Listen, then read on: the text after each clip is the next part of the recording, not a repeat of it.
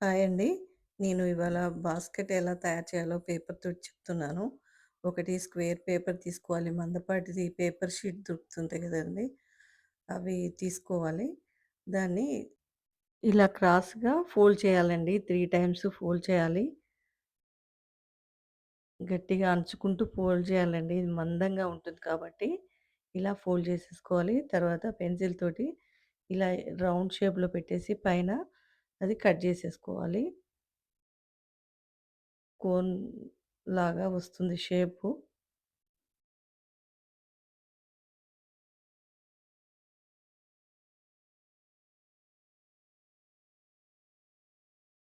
ఇలా కింద నుంచి కట్ చేసుకుంటే రెక్కలు విడివిడిగా వస్తాయి.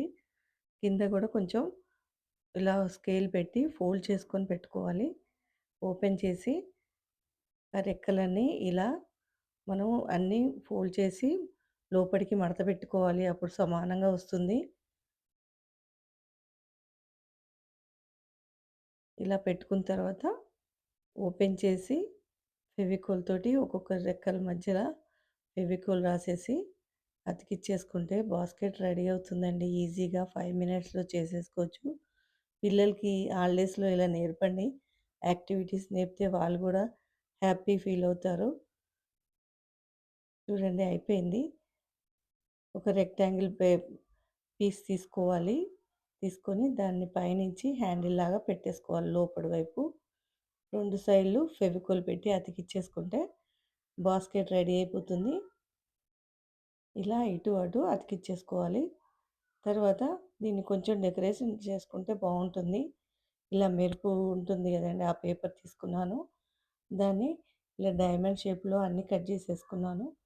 దాన్ని ఫెవికోల్ పెట్టి ఒక్కొక్క బాక్స్‌కి ఒక్కొక్కటన్నట్టు ఇలా పెట్టేసుకోవాలి. చూడ్డానికి చాలా ఉంటుంది. మీ ఐడియా ఏ ఐడియా ఉంటే దాని ప్రకారం మీరు డెకరేషన్ చేసుకోవచ్చు. నేనైతే ఇలా చేస్తున్నాను. తర్వాత పైన హ్యాండిల్ కూడా ఇలా డైమండ్ షేప్ పెట్టేసుకుంటే ఎంతో బ్యూటిఫుల్ బాస్కెట్ రెడీ అయిపోయిందండి. చూడండి మనం తీసుకున్న పేపర్‌ని బట్టి ఆ సైజొస్తుంది. చిన్నగా తీసుకుంటే ఇలా చిన్న సైజొచ్చింది.